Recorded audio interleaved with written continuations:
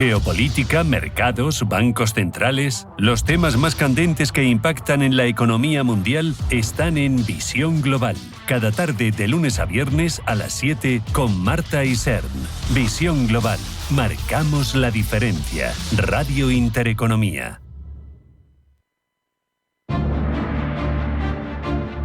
En Radio Intereconomía, Pulso Geopolítico. Análisis sobre los nuevos desafíos mundiales. Presenta Rafa Jiménez.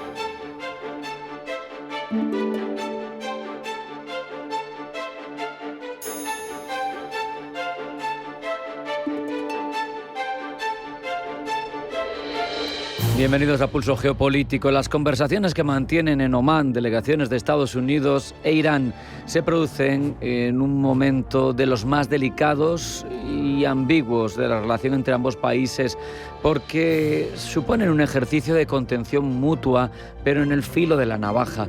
La opción militar ya no es una hipótesis remota, ni mucho menos.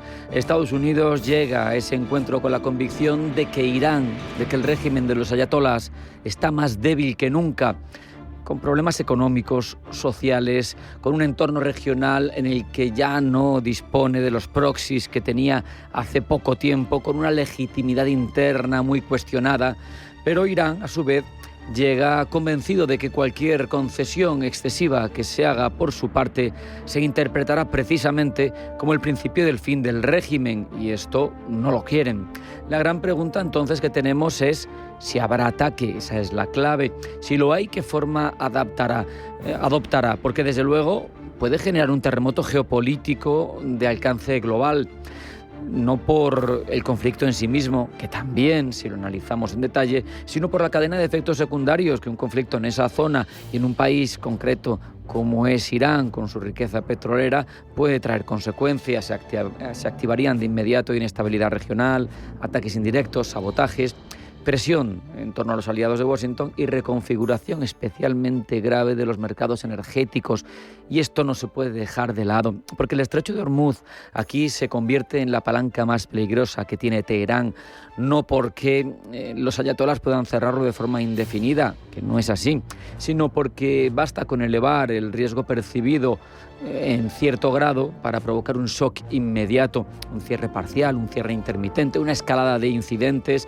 Serviría para incrementar el precio del petróleo y del gas de una manera exagerada, y ahí interviene una variable compleja que es la situación interna de Estados Unidos, porque Donald Trump llega a este momento con una promesa electoral muy concreta todavía sin cumplir. Recuerden, desde el 24, obtener un galón de combustible para los consumidores estadounidenses que esté a $2. Y esa promesa no es menor, porque conecta directamente con el malestar económico que vienen sintiendo amplias capas de la población estadounidense. Y dentro de nada tienen las elecciones midterm. No se puede permitir el lujo de tener todavía más descontenta con su gestión de lo que actualmente están a los votantes. Trump lo sabe. Esa realidad actúa como cierto freno, pero a su vez también como elemento de presión, porque no puede permitirse una guerra larga, obviamente, pero tampoco puede quedar como un líder tibio, blando, que es justo lo que quiere huir, la imagen de la que quiere huir habitualmente, que amenaza y no ejecuta. Y esto explica en parte el dilema en el que vive sumida la estrategia de Estados Unidos: máxima presión, despliegue militar visible, una retórica dura, beligerante, pero combinado con una puerta diplomática que nunca se cierra del todo. El problema es que Irán interpreta esa misma acumulación de argumentos como de fuerzas, de presiones, como una amenaza existencial y, por tanto, el margen de maniobra de los ayatolás se reduce de forma grave. Y aquí entra en juego la cuestión nuclear. ¿Existe realmente el peligro de que los ayatolás alcancen la bomba? Pues la respuesta realista, de corto plazo, es que no hay riesgo inmediato, pero sí lo hay estructural. Y eso es suficiente, porque cuanto más cerca está Irán de obtener esa capacidad de tener un misil nuclear, menos margen tiene Estados Unidos para tolerarlo. Sabemos, además, a ciencia cierta, que Irán tiene al menos, o previamente a la guerra de los 12 días lo tenía, 400 kilos de uranio enriquecido al 60%. Solo le falta un paso para que sea combustible de bomba nuclear. Eso es lo que nos estamos jugando. En cualquier circunstancia, ambas partes saben que un acuerdo total es prácticamente imposible en el contexto actual. Al final, estas negociaciones en Mascate suponen una fórmula imperfecta para ganar tiempo, pero el hecho es que si se cerrara un canal diplomático creíble, quedaría el terreno libre a los halcones de ambas partes. Y esto puede generar ese conflicto indeseado por todos, porque un conflicto abierto alteraría equilibrios internacionales. China observaría con atención, calcularía los flujos energéticos que alimentan su economía. Su respuesta no sabemos cuál sería, no somos adivinos, pero sí sabemos que sería mucho más contundente que la tenida en Venezuela, sobre todo porque supone mucho más para la propia economía interna de la sociedad china. Rusia misma vería oportunidades para tensionar aún más el sistema internacional. Eso sí, Europa, lo sabemos, quedaría atrapada entre dependencia energética, inestabilidad regional y falta de capacidad real para decir algo o para pintar algo en todo el proceso. Al final, lo que está en juego en estas negociaciones de Omán no es si habrá ataque o si habrá acuerdo, sino si queda espacio para evitar que la rivalidad estratégica entre dos bloques se convierta en una cascada de consecuencias globales que quizá nadie se puede permitir. Hacemos un alto en el camino. A la vuelta, información geopolítica que nos trae Blanca del Tronco. No se marchen porque sigue Pulso Geopolítico.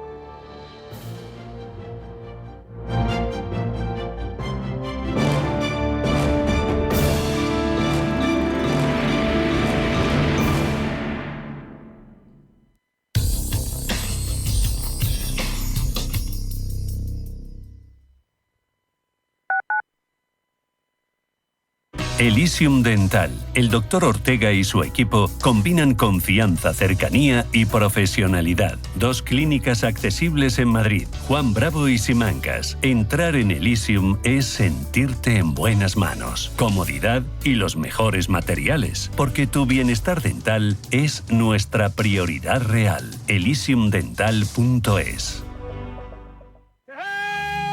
Si tu pasión es la caza, sueñas con el sonido del río mientras lanzas tu caña, o simplemente disfrutas del campo y la naturaleza, este es tu programa. Caza, pesca y naturaleza, todos los sábados y domingos de 7 a 8 de la mañana en Radio Intereconomía. Coordina Marcos Ruiz. ¿Por qué ayudan los que ayudan? Trabajadores sociales, educadores, voluntarios, investigadores. A pesar de las dificultades, dedican su día a día a ayudar a los demás porque creen en la utopía de una sociedad más justa para todos. Porque lo imposible solo es un poco más difícil que las cosas difíciles. Fundación La Caixa. Creer para transformar. Imagina tu boda en lo más alto de Madrid. Inhala Hotel Garden. Una terraza donde ciudad y naturaleza se dan la mano bajo un jardín colgante que lo transforma todo. Una experiencia viva, elegante y distinta. Pensada para parejas que quieren algo más. Una boda con estilo y personalidad. Tu historia merece un escenario así. Descúbrelo en bodas.inhalahotel.com. Toda la actualidad, información y análisis en tiempo real sobre banca, empresas, finanzas personales, bolsa, gestoras y fondos de inversión en intereconomía.com. Con la opinión de los mejores expertos del mundo económico, empresarial y bursátil. Toda la programación en directo y con la posibilidad de escuchar en cualquier instante los mejores momentos de la emisora española líder en información económica. Sigue bien informado en intereconomía.com.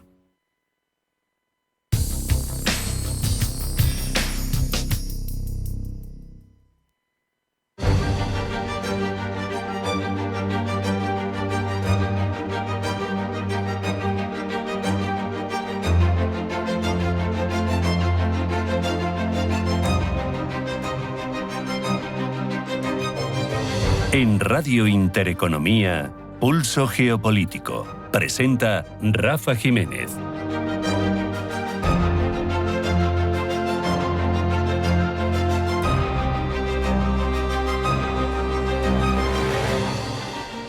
Tiempo ya para la información geopolítica que elabora Blanca del Tronco. Blanca, bienvenida, buenas tardes. Buenas tardes. En marcha en Omán las negociaciones entre Irán y Estados Unidos en torno al programa nuclear iraní. Negociaciones que se llevan a cabo bajo las amenazas de una intervención militar estadounidense y con diferencias en el alcance de las conversaciones. Antes de iniciar las negociaciones, Irán ha advertido de que no aceptará demandas excesivas de la parte estadounidense, pero que afrontaba las negociaciones de buena fe. En Venezuela se allana el camino hacia la amnistía. Venezuela avanza hacia una amnistía para los presos políticos desde el 1999, un periodo que abarca todos los gobiernos del chavismo tras la aprobación en primera discusión de la ley impulsada por la dictadura de Venezuela, Delcy Rodríguez. Díaz-Canel reconoce que la situación en Cuba es compleja. Los cubanos esperan los detalles sobre las medidas de emergencia del gobierno para evitar el colapso energético después de que Miguel Díaz-Canel reconociera que la situación es compleja y que tras el cierre del grifo desde Caracas, los cubanos van a vivir tiempos muy difíciles. Díaz-Canel ha reconocido además que Cuba está dispuesta a negociar con Estados Unidos. En Portugal hoy se cierra la campaña para la segunda vuelta de las elecciones presidenciales. Cierre de campaña en medio de los llamamientos de uno de los candidatos, André Ventura, de retrasar las elecciones debido a la situación catastrófica que está viviendo el país debido a los temporales. Ucrania celebra el primer intercambio de prisioneros en 5 meses. Sus negociaciones con Rusia en Abu Dhabi no han arrojado otros resultados claros, ya que ambos países mantienen posturas opuestas sobre la cuestión territorial y buscan inclinar la balanza de fuerzas a su favor. Haití al borde del vacío institucional. Incertidumbre en Haití a un día de que venza el mandato del Consejo Presidencial de Transición, lo que podría sumar al país en un vacío institucional y agravar más la crisis que afecta al empobrecido país, donde el año pasado murieron 6.000 personas a causa de la violencia de las bandas y las operaciones de las fuerzas de seguridad para combatirlas. Bad Bunny, protagonista el domingo de la Super Bowl. El cantante puertorriqueño ha mostrado su lado más reivindicativo en contra de las políticas de inmigración de Donald Trump. Bad Bunny no cobrará por su actuación en el descanso de la Super Bowl, pero se calcula un impacto post-show de hasta $1,7 millones semanales. Podría batir de esta forma los récords de Rihanna y Kendrick Lamar.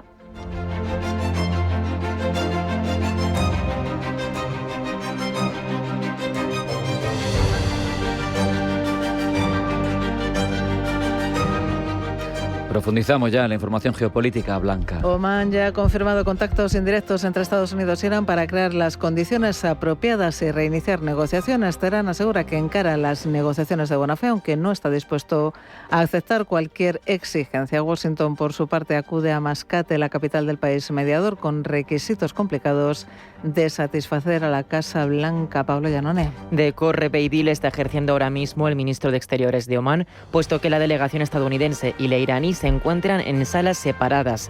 Steve Witkoff, el enviado especial estadounidense, que ayer negociaba con Moscú, hoy se encuentra en la península arábiga con la idea de hacer valer la intención de Donald Trump, que Irán deje de enriquecer uranio y no tenga capacidad nuclear ninguna. Sobre este punto insistió ayer la portavoz de la Casa Blanca, Caroline Leavitt. Donald Trump ha sido muy explícito sobre la capacidad nuclear cero y quiere ver si se puede llegar a un acuerdo. Y mientras se llevan a cabo estas negociaciones, quisiera recordarle al régimen iraní que el presidente tiene muchas opciones a su disposición, además de la diplomacia, como el comandante en jefe del ejército más poderoso de la historia del mundo. Mientras la Fuerza Naval de Washington ronda las proximidades iraníes y pone a Teherán contra las cuerdas, el país persa ha asegurado que acude al encuentro de buena fe, pero que mantiene firme, dice, sus derechos. En esta línea, el portavoz del Ministerio de Exteriores iraní ha asegurado que su país tratará de buscar un acuerdo honorable sobre el programa nuclear, pero aceptará como honorable reducir a cero su capacidad nuclear. Cuando Donald Trump contempla la diplomacia como solo una de las vías, el vicepresidente J.D. Vance ha sido claro al respecto. Irán no puede tener un arma nuclear. Ese es el objetivo político declarado del presidente de Estados Unidos. Es muy gracioso. Hay veces que gente dice, bueno, el presidente no es demasiado beligerante. Y hay veces que dicen, bueno, el presidente habla de diplomacia y de negociar con los iraníes. No deberíamos negociar. Deberíamos simplemente bombardearlos. Lo que el presidente hará es mantener abiertas sus opciones. Hablará con todos. Intentará lograr lo que pueda por medios no militares.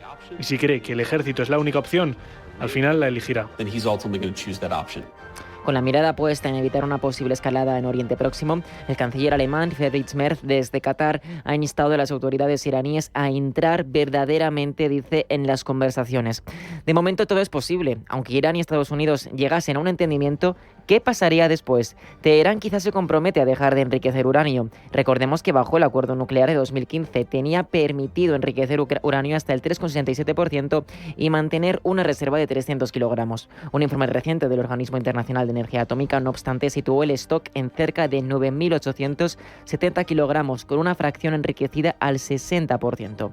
A fin de cuentas, la historia reciente demuestra que controlar a Irán no se puede hacer por las buenas. Para Donald Trump, el Organismo Internacional de Energía Atómica y sus informes no son tan efectivos que bombardear directamente las bases nucleares iraníes, tal y como pasó el pasado verano en la Guerra de los 12 días. Sin presiones y en una situación de iguales, así es como el presidente cubano Miguel Díaz-Canel se ha ofrecido a dialogar con Estados Unidos. Cuba está dispuesta a un diálogo con los Estados Unidos, a un diálogo sobre cualquiera de los temas que se quiera debatir o dialogar. ¿Con qué condiciones? Sin presiones, bajo presiones no se puede dialogar. En una posición de iguales, en una posición de respeto a nuestra soberanía, a nuestra independencia, a nuestra autodeterminación.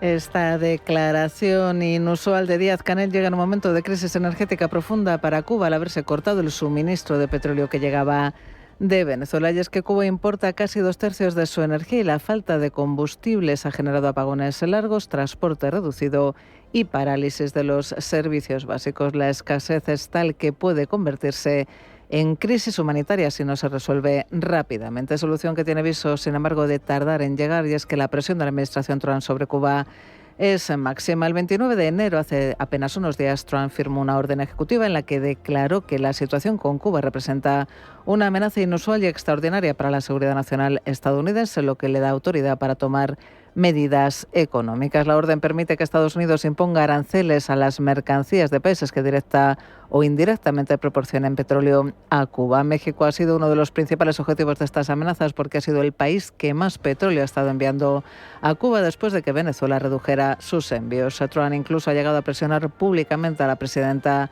mexicana Claudia Sheinbaum para que deje de abastecer a la isla. La presidenta Sheinbaum dice: Trump es muy buena. Le dije, mira, no queremos que envíes petróleo allá, y ella no lo está haciendo. Presión de Estados Unidos que ha llevado a México a suspender envíos importantes de petróleo al punto de que no hay envíos regulados confirmados desde principios de febrero. Víctor Rodríguez, CEO de Pemex. Con relación a Cuba, solamente tenemos un solo contrato, Es un contrato que tenemos de 2023, que es el último contrato que ha habido. Es un contrato comercial normal, como el que tenemos con otros países. Trabajamos con más de 50 países el comercio de combustibles, de crudo y derivados, y con ellos tenemos como cualquier país. Déjenme darles el dato de cuánto es lo que representa para nosotros las ventas a la isla. El año pasado fue menos del 1% de la producción de crudo, y en términos de la venta que tenemos de petrolíferos es de 0.1% de las ventas de Pemex. O sea, es muy, muy poquito. Rusia es otro de los países que sigue oficialmente comprometido a enviar petróleo a Cuba, incluso ante las presiones y amenazas de sanciones de Estados Unidos. Eso sí, antes de 2026 en Rusia ya estaba aportando cantidades relativamente pequeñas comparadas con las que solía enviar Venezuela. Los suministros rusos han sido menores y menos constantes que los de otros proveedores en el pasado, y no hay informes públicos de grandes volúmenes regulares confirmados en este 2026. Y Donald Trump ha anunciado la puesta en marcha de una web que ofrecerá medicamentos de prescripción a precios más bajos dentro de Estados Unidos.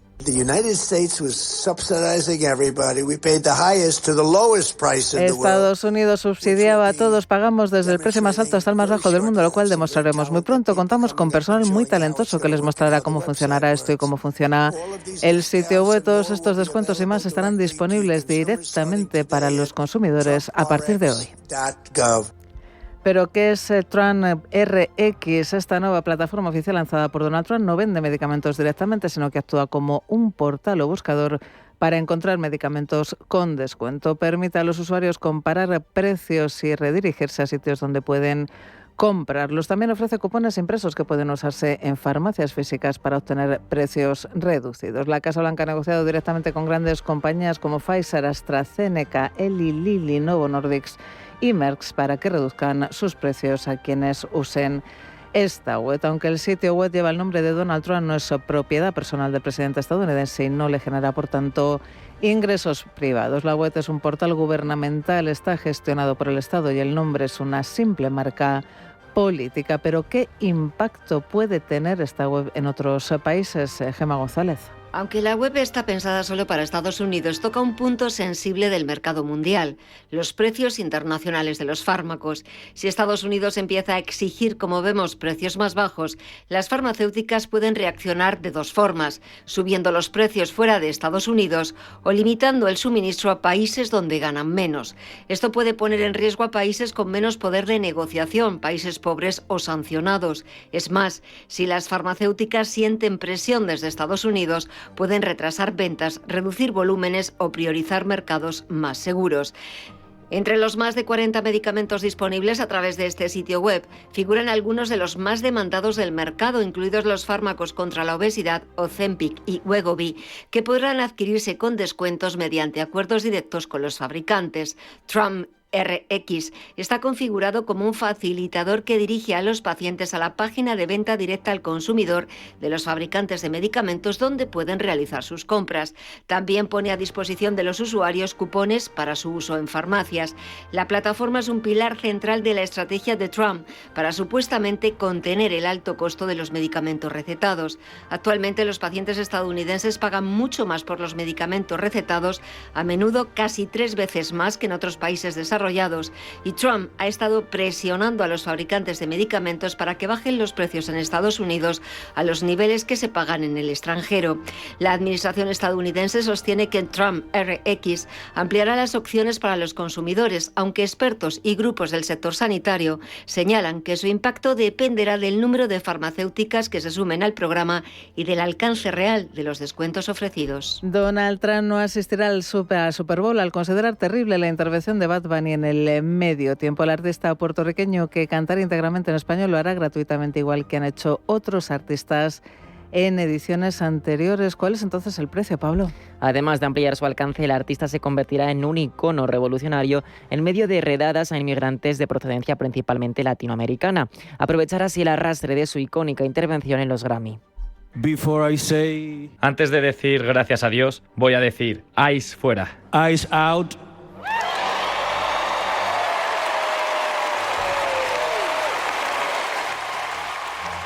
Una semana después de esto protagonizará el medio tiempo de uno de los eventos culturales más importantes del país. El Super Bowl es como un espejo de la cultura estadounidense y este año, mientras el ICE detiene a cientos de miles de inmigrantes, principalmente hispanos, Bad Bunny canta en español y convierte esta edición de multitudinario evento en la más latina de la historia. Ni Shakira ni Enrique Iglesias, cuando participaron, cantaron únicamente en español. Por ello, Donald Trump ha acusado a Bad Bunny de incitar al odio. El artista, no obstante, defiende tener unas intenciones muy puras. Asegura que a los oyentes, que a las personas que acudan al evento, les va a resultar fácil entender lo que canta, ya que no hay que entender el español, dice. Se trata más bien de que bailen. Y no hay baile más puro, asegura, que el que viene del corazón. Mientras el artista canta en Santa Clara, seguirá aumentando el número de detenidos por el ICE. En su primer año, la administración de Donald Trump ha deportado un total de 622.000 inmigrantes ilegales, según datos del Departamento de Seguridad Nacional. Aunque es una cifra elevada, queda por debajo de las 778.000 personas expulsadas del último año fiscal completo del gobierno de Joe Biden y también bastante lejos aún de esa promesa republicana de 1 millón de deportaciones anuales. Donald Trump parece dispuesto a alcanzar esa cifra, no obstante, para este año, ahora que el ICE ha recibido financiación extra a través de la gran y hermosa ley y ha aumentado su capacidad de detención.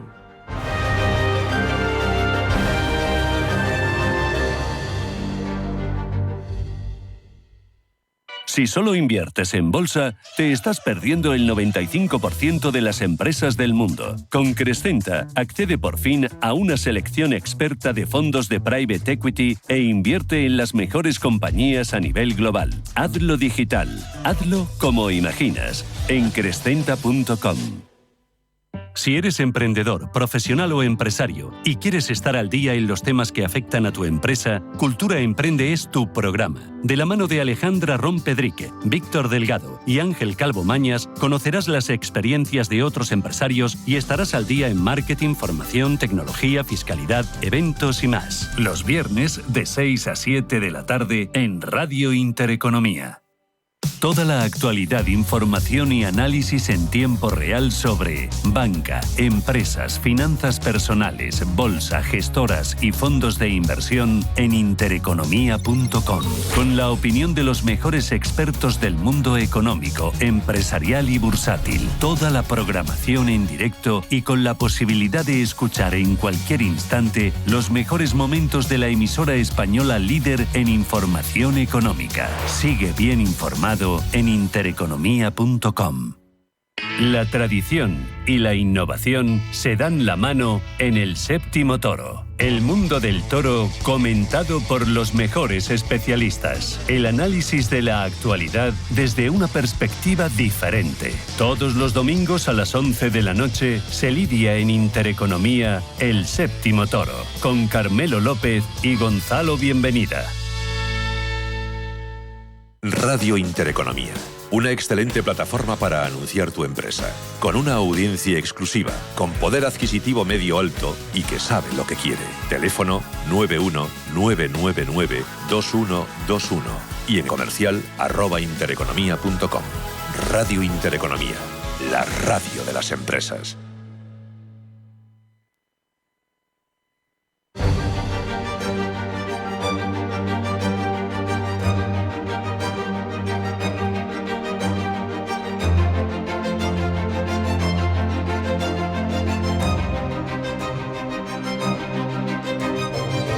En Radio Intereconomía, Pulso Geopolítico. Presenta Rafa Jiménez.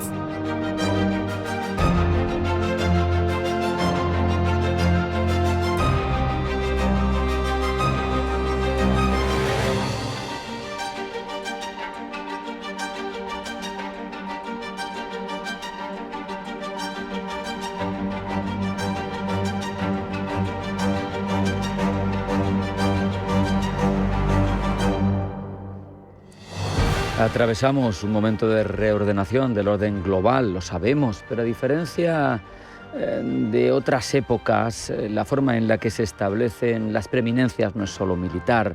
Ya en el final de la Guerra Fría influyó lo económico y ahora, tras la Pax Americana, llega la Pax Sílica que quiere utilizar Donald Trump para reducir dependencias respecto de su rival por la hegemonía, China, y para triunfar en los avances tecnológicos que condicionan ahora mismo la superioridad de unas naciones sobre otras.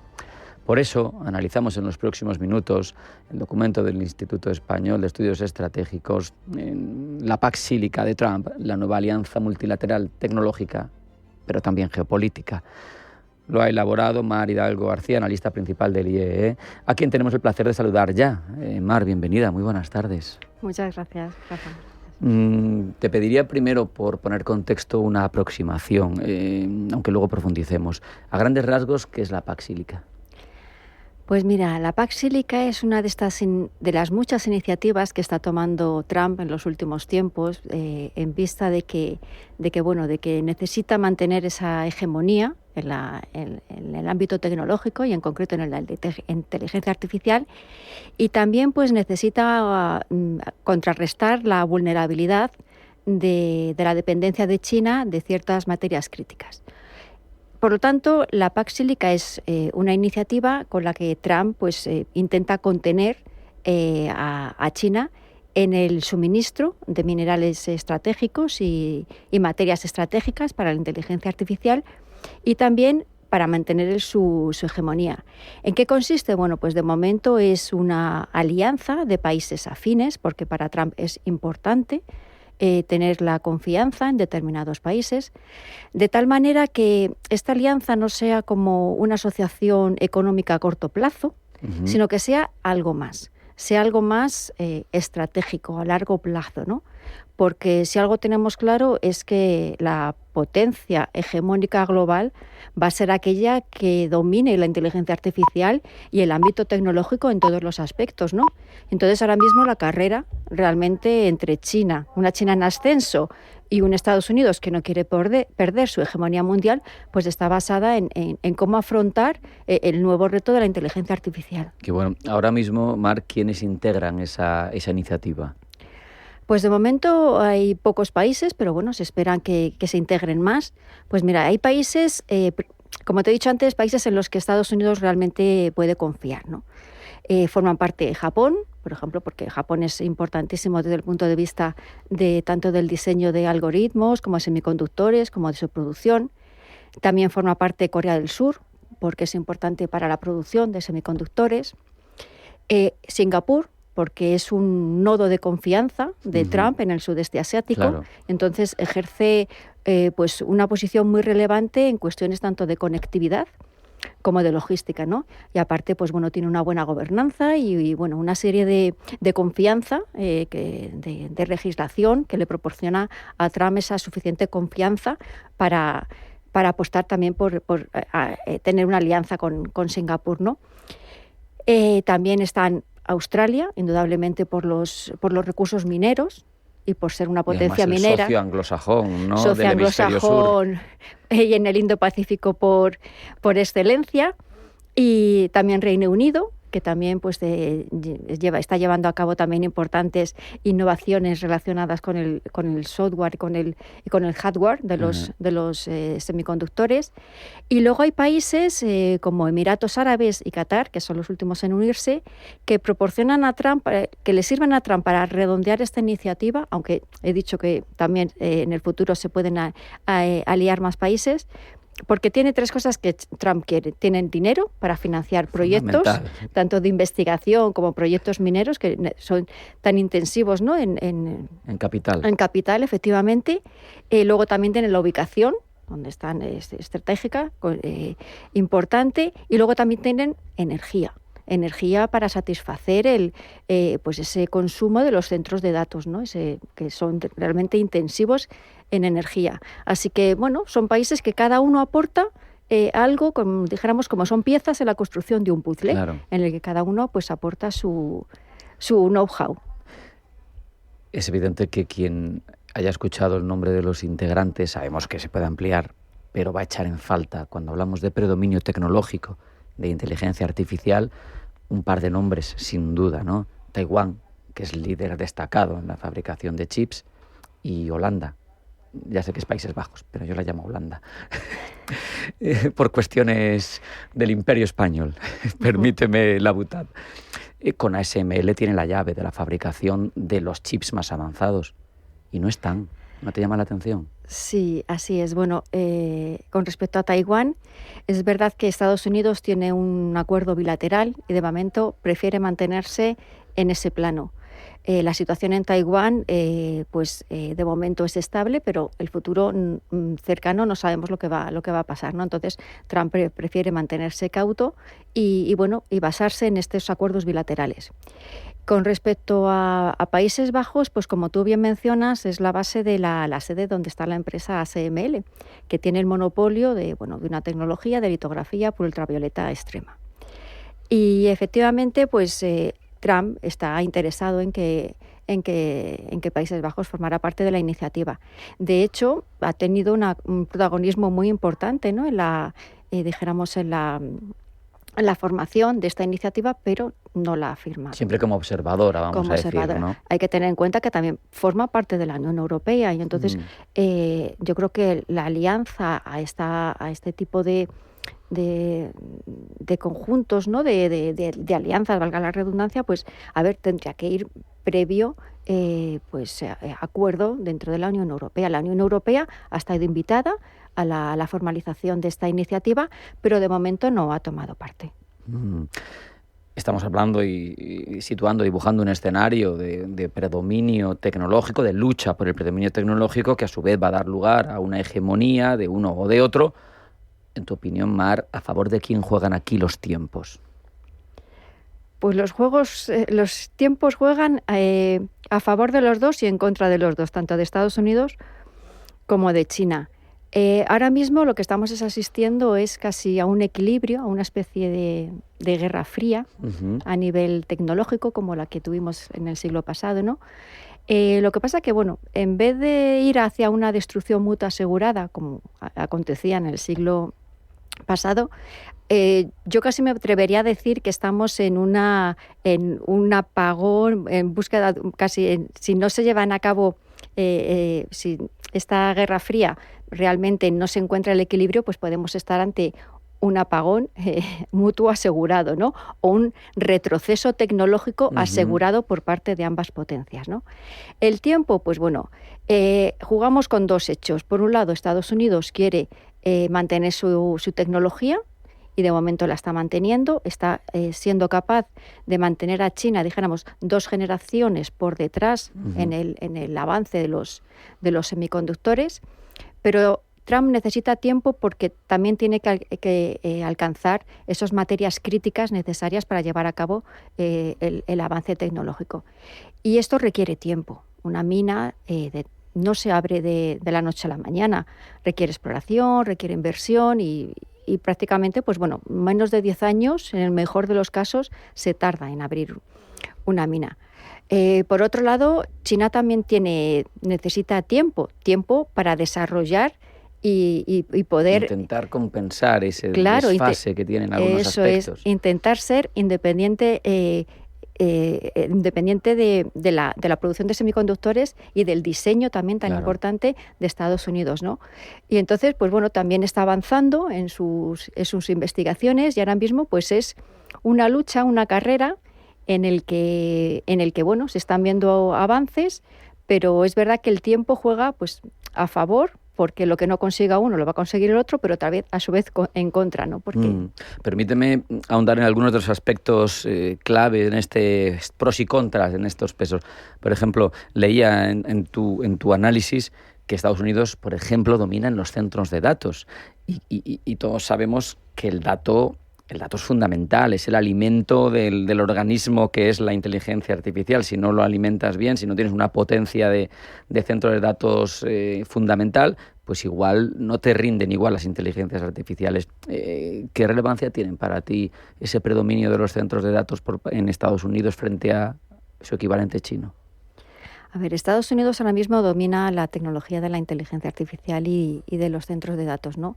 Podríamos hablar de un 90% en el cómputo de la inteligencia artificial, con lo cual constituye pues una gran ventaja frente a China. También en el diseño de los chips, también tenemos a Nvidia, que también tiene casi también el 90% del diseño. Y Estados Unidos es que tiene una de las grandes ventajas, tiene las grandes tecnológicas, tiene los centros de datos y bueno, pues ha desarrollado un ecosistema que realmente le permite tener ahora mismo la hegemonía a nivel digital. ¿Cuánto tardará en seguir manteniendo esta hegemonía? Pues dependerá de lo rápido que avance China en sus progresos. Y en el medio de todo, pues tenemos la guerra arancelaria. Claro, todo eso condiciona. Control de exportaciones y demás, que de alguna manera ralentizan todo el desarrollo tecnológico que pueda estar realizando China. Fíjate, pero en este aspecto se me ocurre ahora sobre la marcha, Mar, es uno de los pocos en los que, siendo consciente de su fuerza, un rival, alguien que iba a sufrir los aranceles de Estados Unidos, ha sido capaz, en mi opinión, de doblarle el brazo a Estados Unidos, porque sabiéndose con el as en la manga de las tierras raras, ha negociado con fuerza y Trump ha tenido que dar marcha atrás varias veces. Con otros países no lo ha hecho. Yo creo que eso es muestra de esa vulnerabilidad. Claro, es que Estados Unidos y también la Unión Europea tenemos una vulnerabilidad importantísima, que es la dependencia de China de determinadas materias críticas. Ya no solo de la producción, sino también de todo el procesamiento. Entonces, China, para darte unos datos, es que tiene el 80% del procesado de las tierras raras, del cobalto, del níquel. Domina la cadena de producción de ánodos, de cátodos, de baterías, de paneles solares. Han tenido una visión de largo plazo tremenda, ¿no? Claro, pero es que, a ver, ha sido una visión a largo plazo y también una miopía. Mientras ellos han tenido visiones, nosotros hemos tenido miopía, o casi, como dice el secretario de Estado de Estados Unidos de la administración Trump, ceguera. Lo tiene claro y lo reconoce. Lo sin reconoce ambajes. Abiertamente. En la reunión que ha habido ahora Sí. con los 55 países, la reunión ministerial sobre minerales críticos, ahí lo ha reconocido que han tenido ceguera. Y si vemos el pasado, realmente es así, porque Estados Unidos era, a finales del siglo pasado, era líder en producción de tierras raras. ¿Y qué pasó? Que con la maravillosa globalización, pues externalizó esa producción de tierras raras en China, que también es un productor de tierras raras. Entonces, pues bueno, por mano de obra barata y, por supuesto, porque el procesado de tierras raras implica unos costes ambientales. Y contamina mucho, Contamina ¿no? muy severos, porque tienen unos subproductos que son radiactivos, pero bueno, a China no le importó hacerse cargo de todo eso. ¿Y qué pasó? Que cerraron las minas de Estados Unidos, Mountain Pass, y China se quedó como líder en la producción de estas tierras raras y, por lo tanto, también en la producción y en el procesado. Con lo cual ha sido, pues, es un poco de visión, porque en 1992 Deng Xiaoping ya dijo que si Oriente Medio tenía el petróleo, China tenía tierras raras, o sea que tenían muy clara la visión. ¿Y qué hemos hecho el resto?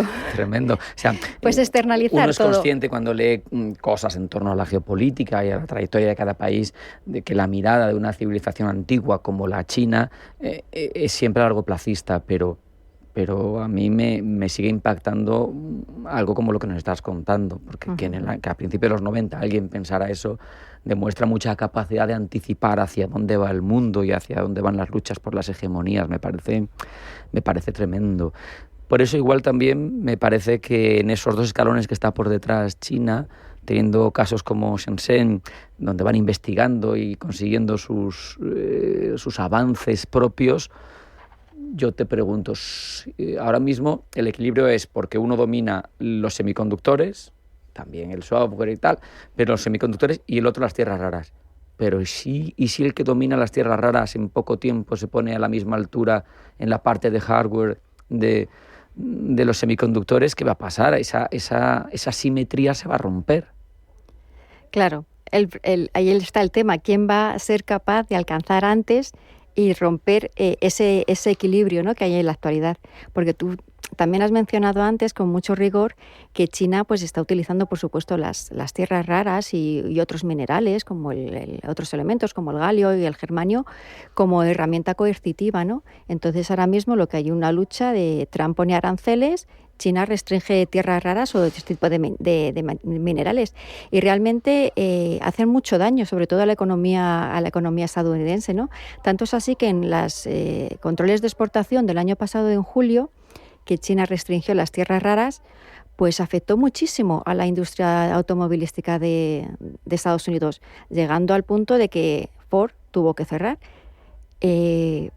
Porque pensemos que cuando un coche, la ventanilla automática de un coche, algo que vemos tan cercano, tan cotidiano, casa, ¿no?, tan habitual, bueno, pues eso exige, va con imanes, y esos imanes llevan tierras raras. Entonces, muchas veces cuando estamos esperando a la entrega de un vehículo porque no nos lo facilitan, porque pues a lo mejor es simplemente por eso, ¿no?, por esos controles de exportaciones en los que se están llegando a los límites antes impensables, porque antes teníamos una Organización Mundial de Comercio que de alguna manera, bueno, pues regulaba todas estas situaciones, pero ¿qué ha pasado? Que la seguridad económica está convergiendo con la seguridad nacional.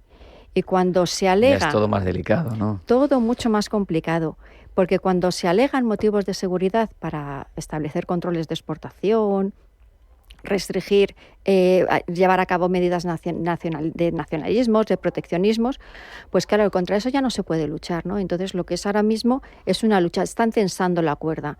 Y ya la última acción fue en octubre, cuando ya China, frente a los aranceles del 100% de Estados Unidos, pues China amplió la lista de tierras raras, ¿no? Poniendo otra serie de compuestos pertenecientes a este grupo de elementos.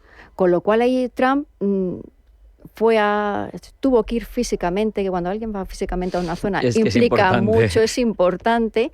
Y entonces, bueno, ahí se han dado una tregua, ¿no?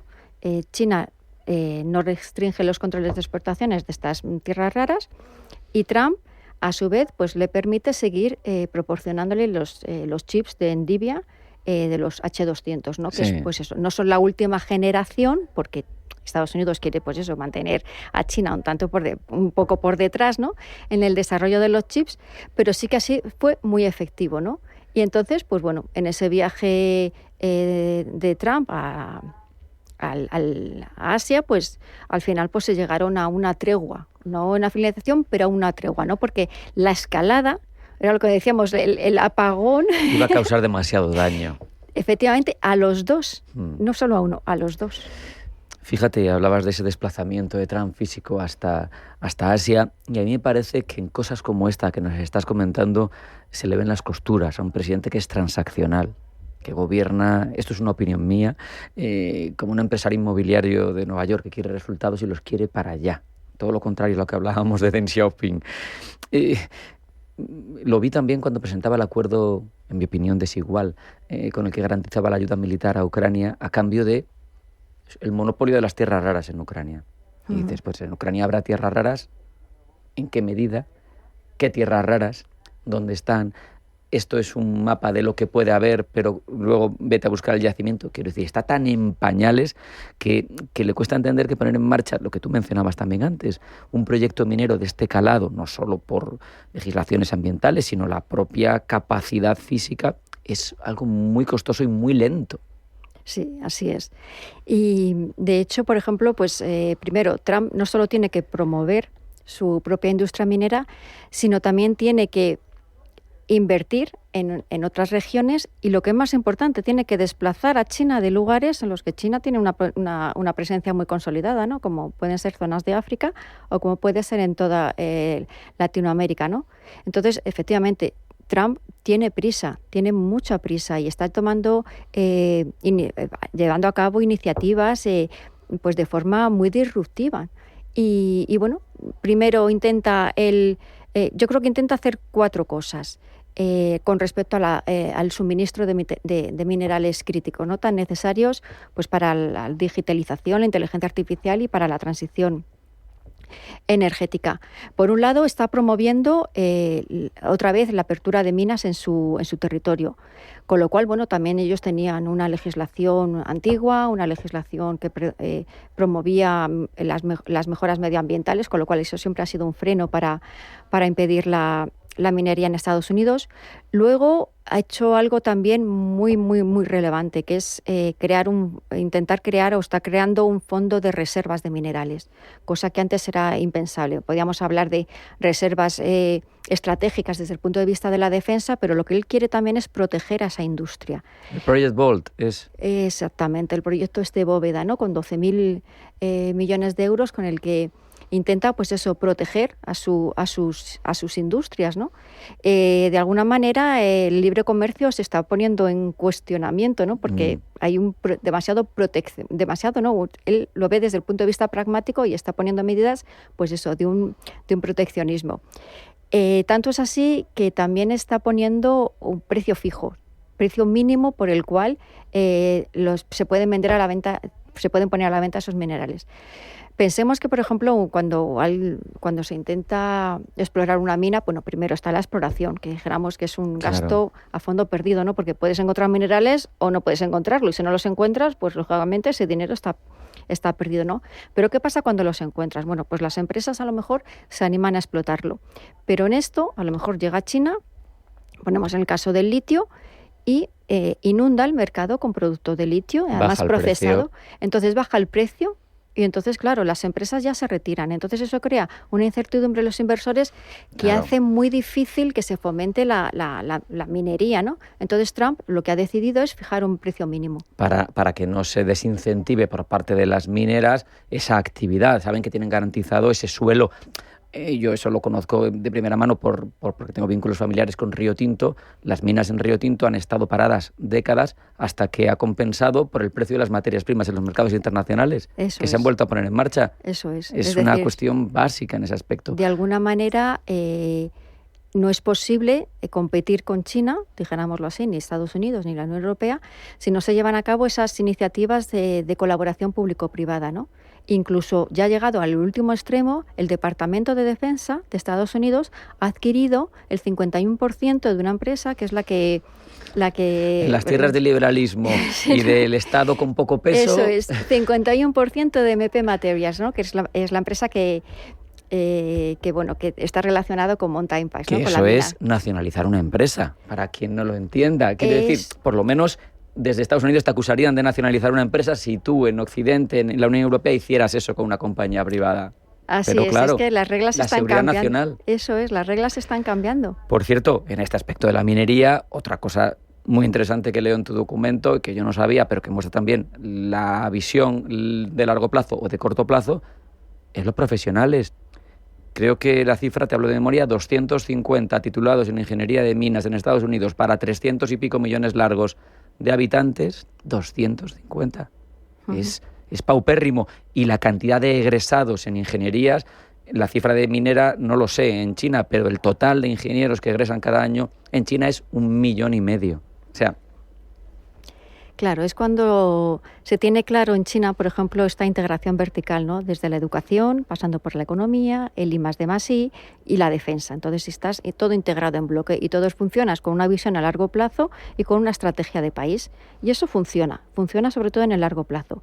¿Qué nos ha pasado tanto a Estados Unidos como a la Unión Europea? Pues que bueno, que la minería siempre ha estado asociada pues a, dijéramos, era más bonito fabricar ordenadores que abrir minas, era más contaminante, ganabas más votos. Entonces, pues bueno, eso se ha abandonado. Cuando eran tanto Estados Unidos como la Unión Europea, pues somos zonas de tradición minera, ¿no? Por eso Estados Unidos ahora también intenta promover esos ecosistemas, ¿no? Mineros, ¿no? Intenta fomentar la minería e intenta formar también a los profesionales, porque sin profesionales indudablemente no se pueden llevar a cabo los proyectos mineros. Al final van surgiendo conceptos de autonomía estratégica que también necesitan ellos y no tienen, en este caso, en el militar sí, pero en este no, y seguridad nacional.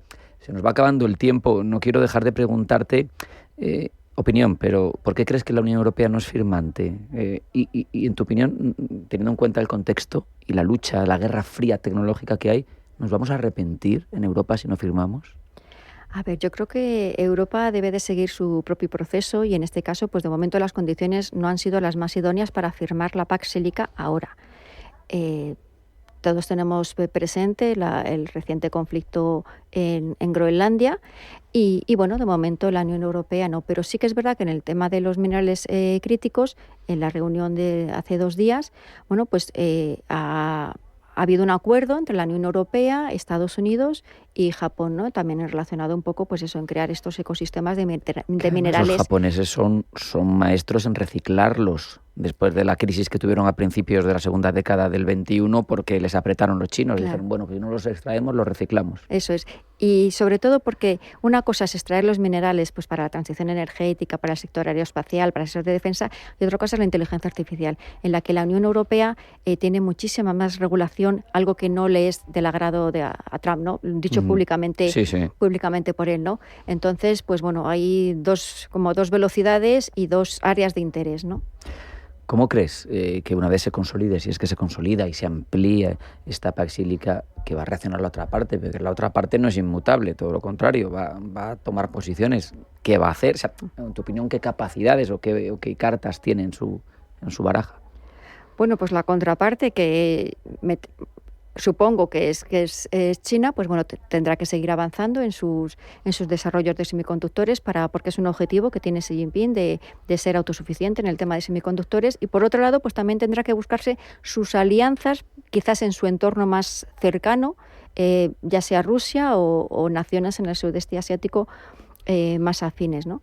Y también pues bueno, reclamar, como lo está haciendo, ¿no? Pues un libre comercio, ¿no? Y un libre y una... Qué paradoja. Lo iba a decir, sí, paradoja, efectivamente, porque lo que no ha cumplido él, ahora exige que los demás lo cumplan. A mí cuando un régimen de este tipo, quiero decir con opacidad, un régimen autocrático, un régimen distinto al tradicional occidental, habla de avances tecnológicos y los enseña, caso de DeepSeek, ¿no? Siempre me cabe la duda de si es una puesta en escena o es real. No sé si me comprendes, no sé si es guerra psicológica. Yo me acuerdo hace un tiempo que Irán presentó un avance, me parece que era en materia de drones, tremendo, y se les rompió el dron y era un dron comercial al que le habían puesto una carcasa para que pareciera que era un desarrollo militar. Entonces dices, ¿realmente están tan cerca? Porque DeepSeek es evidente, se hizo con 5 millones de dólares, creo recordar, con chips de los menos avanzados. Oye, pero funciona a su nivel, pero tienen capacidad para igualar rendimientos. Pues la verdad es que, hombre, partiendo de la base de todo lo que ocurra en China, en todo su desarrollo tecnológico, pues es la verdad es que bastante opaco o no tan transparente como pueden ser otras regiones.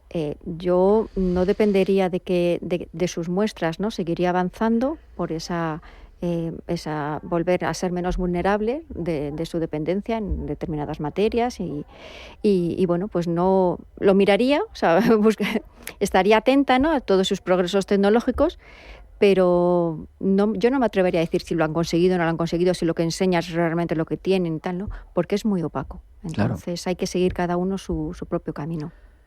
Como bien dice la extensión del título de tu documento, esto es una alianza tecnológica, pero también geopolítica, ¿no? Nos tenemos que quedar con esa idea.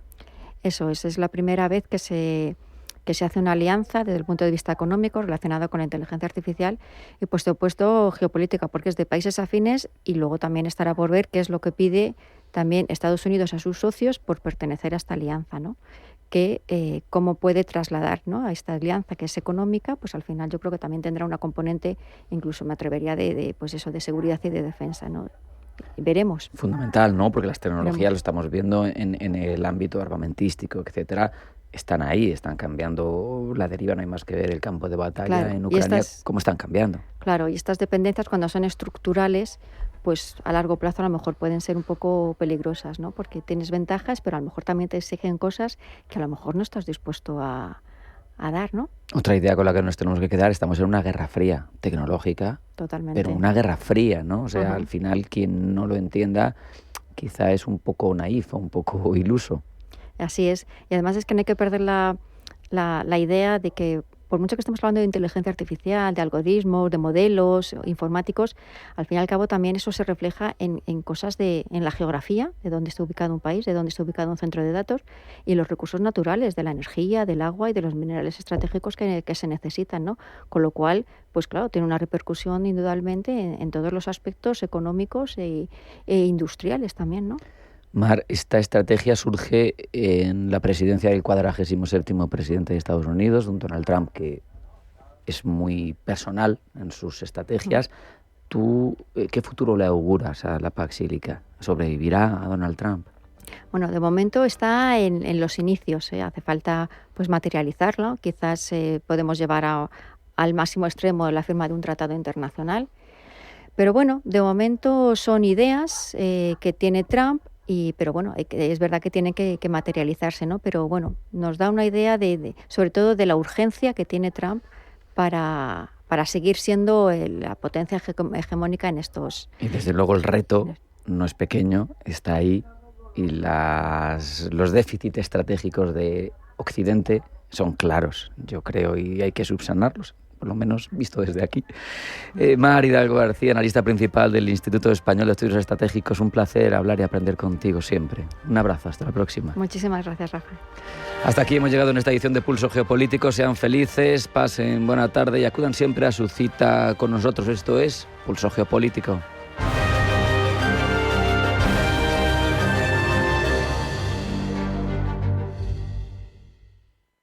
Dormir bien lo cambia todo. el descanso, el ánimo, la forma en la que afrontas el día. M5 de Sol Naturaleza es un complemento natural a base de plantas, triptófano y melatonina, pensado para ayudarte a mejorar la calidad del sueño y la estabilidad emocional. Una sola cápsula al día para respetar tu ritmo natural. Sol Naturaleza. Personas cuidando personas. Más información en solnaturaleza.es o llamando al 91 31 31 409.